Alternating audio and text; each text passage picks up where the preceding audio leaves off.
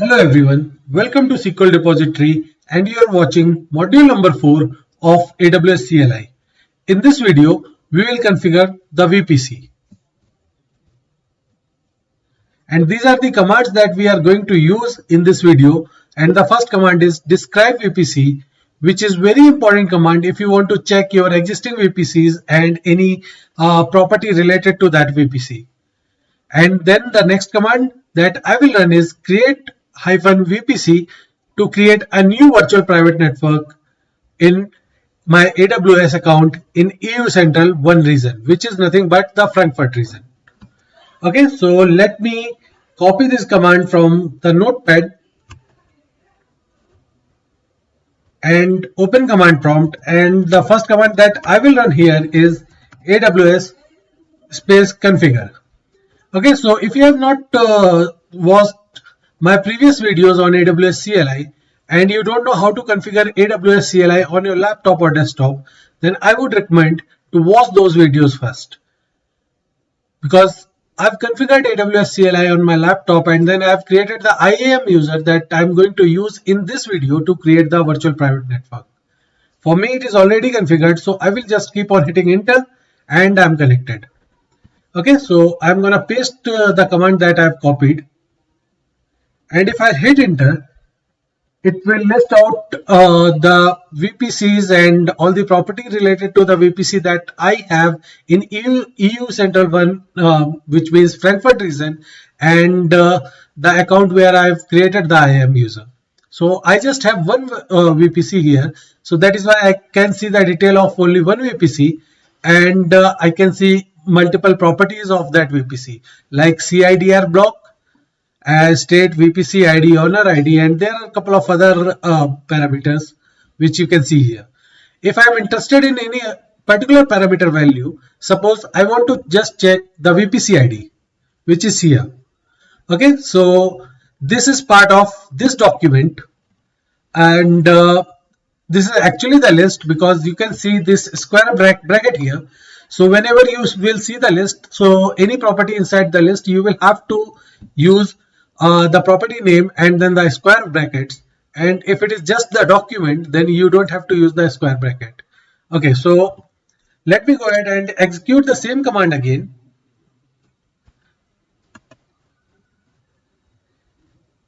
Actually, let me go ahead and clear the screen first, then paste the command, and actually I'm gonna write one more parameter here, and the parameter is query, and I want to query my vpc-id. So I don't want to see all the parameter values, all the properties related to this VPC, and I'm only interested in vpc-id. So for this I will write VPCs, and as it's a list, so I will have to give the square bracket and then vpc-id. Now if I'll hit enter, it will not give me all the property related to the VPC, but it will only return the VPC-id. Now this VPC-id, if you'll see, it is in JSON format. If you want it in plain text format, then what you can do is, let me paste the command again, then query vpc.vpcid,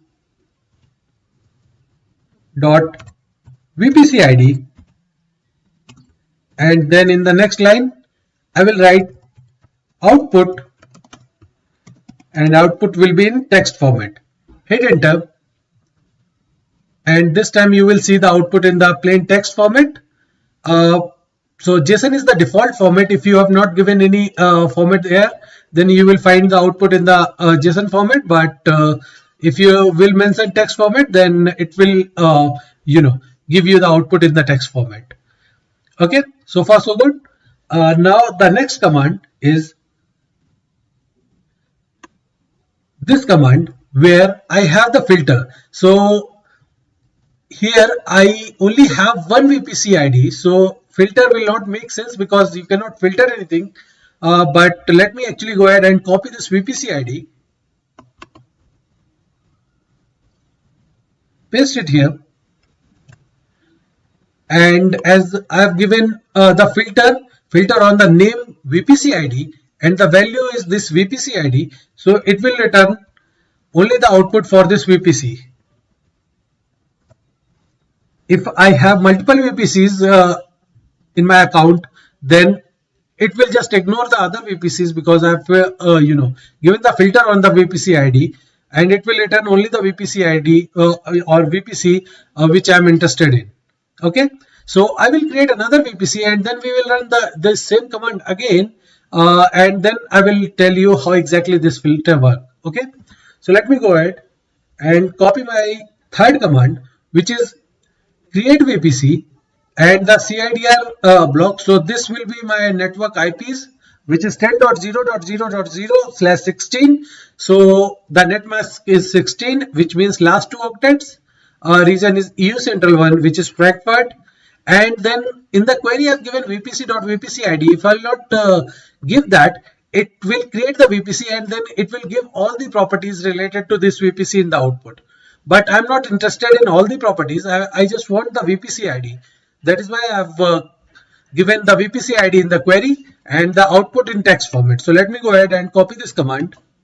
You will find all these commands in the description below, so you don't have to copy anything. Let me clear the screen, paste this command, hit enter, and in few seconds you should be able to see the VPC ID. Okay, so you can see the VPC ID here. Now let me copy this VPC ID, paste it here, and now if I'll run this command again, which is describe-vpcs, and hit enter, and let me actually go ahead and add query parameter as well on vpcs.VpcId, and this time you should be able to see two VPC IDs here, because the new one which we have created just now, and there was already one VPC here. Okay, so we can see both the VPC IDs here. If I want the output in the plain text format, then I can also include the output parameter. So for this I will write query vpcs.VpcId, and then the output, and it is in text format. Hit enter, you will find the output, the VPC IDs in the plain text format. Okay, so this is the new VPC ID. Let me copy this VPC ID. Actually, I have already copied it here. So in my second command where I have filtered the VPC ID, I will change the VPC ID to the new one. So now we have two VPCs, but as I have given this VPC ID in the filter, so I should, whenever I'll run this command in the output, I will see the result related to this VPC only. So let me go ahead and run this command.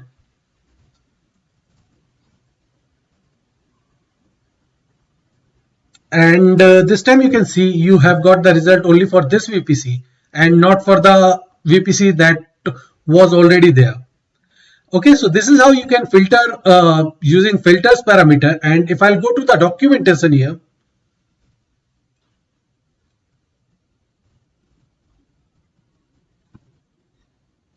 so documentation is being refreshed because it was already opened.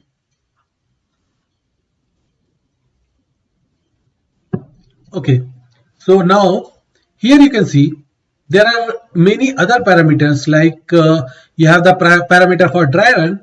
So if you have written the command and if you just want to check if your command is correct or not, then you can just include dry run and it will tell you if it is correct or not. And if there is any error, it will display the error, but it will not run the actual command.